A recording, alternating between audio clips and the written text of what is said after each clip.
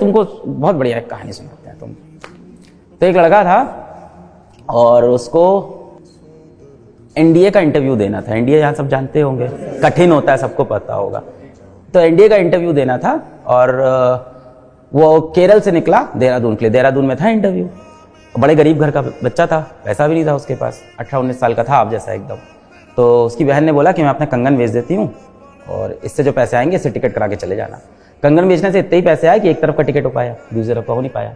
और इंडिया में यदि आप सेलेक्ट हो जाओ तो आने जाने का आपको पैसा वापस मिले। तो उसको पूरा भरोसा था कि मुझे आने जाने का पैसा मिल जाएगा। वो पहुंचा, ठीक है, उस बच्चे को पायलट बनना था। तो गया भाई देहरादून में एनडीए के इंटरव्यू में और रिजेक्ट हो गया। कॉमन सी बात है, बहुत टफ होता है। रिजेक्ट हो गया। जैसे ही रिजेक्ट हुआ उसको लगा अब क्या करें, अब अपनी बहन को क्या मुंह दिखाएंगे, अपने पिताजी को क्या मुंह दिखाएंगे, कंगन बेच के यहाँ तक आए हैं, क्या इज्जत रहेगी हमारी।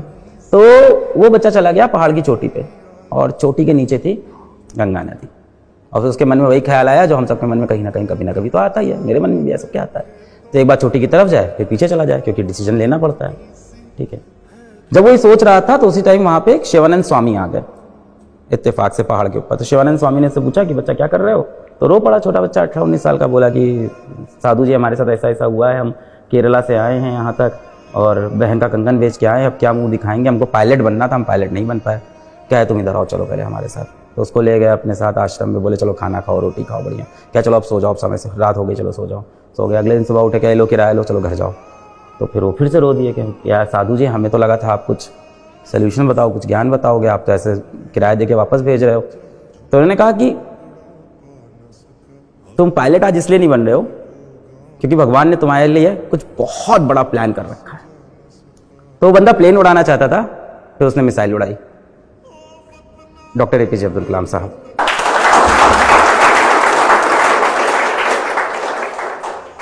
ऐसी बहुत सी कहानियां आपको मिलेगी जहां इंसान बहुत सारा संघर्ष कर रहा था।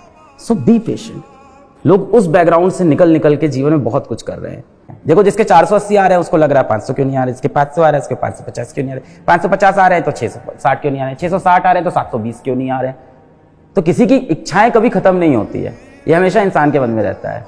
भाई जो साइकिल चल रहा है उसको लग रहा है कि बाइक कब आएगी, बाइक है तो कार है तो जगुआर कब आएगी, जगुआर है तो बेबी कब आएगी। तो चाहत इंसान की कभी खत्म नहीं होती है। तो इंसान के पास जितना है उसके लिए सबसे पहले भगवान से आपको शुक्रमंद होना चाहिए कि इंसान के रूप में आपको पैदा किया। सबसे बड़ी बात, आपको क्षमता दी है जीवन में कुछ भी हासिल करने की।